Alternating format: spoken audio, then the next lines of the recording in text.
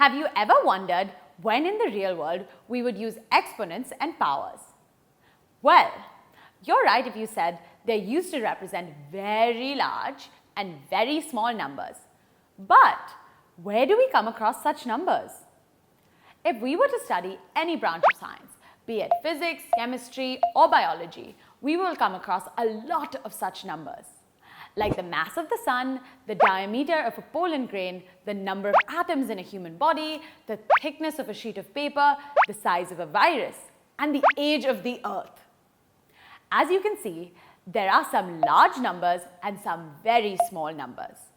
But what's common about them is that they will be extremely difficult to read if we were to write them like this. Take the mass of the sun, for example. It has so many zeros that it's difficult to read even if we put commas everywhere. What do you think will solve our problem? You guessed it right, exponents. Now, we already know how to express large numbers using exponents in standard form. The mass of the sun becomes 1.98 into 10 raised to 30 kilograms.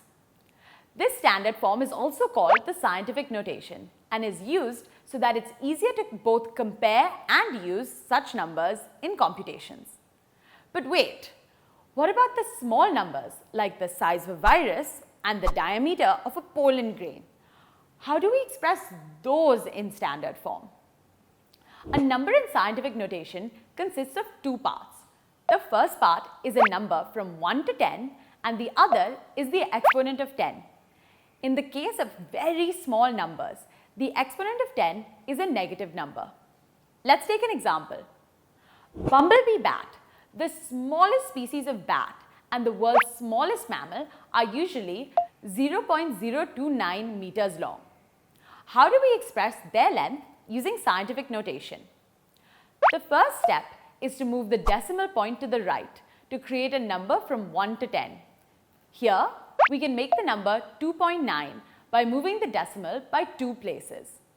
The second step is to determine the exponent of 10. Note that 0.029 can be expressed as 2.9 divided by 100 or 2.9 divided by 10 raised to 2. And using the exponents law, this can be written as 2.9 multiplied by 10 raised to negative 2, which is the scientific or the standard form of the number 0.029. Notice that the absolute value of the exponent is the same as the number of places we move the decimal to get 2.9. And of course the exponent is negative. Let's take another example. The size of a virus is 0.0000008 inches. How do we write this using scientific notation? The first step is to move the decimal point to get the number 8. Now that we have moved the decimal 7 places to the right, the exponent will be negative 7. So, the size of a virus in scientific notation will be 8 multiplied by 10 raised to negative 7 inches. Just to be sure, let's check if 8 multiplied by 10 raised to negative 7 is the same as that. To do that, we will express 8 into 10 raised to negative 7 as 8 over 10 raised to 7 or 8 over 1 crore. This is what we started with, so our scientific notation was correct.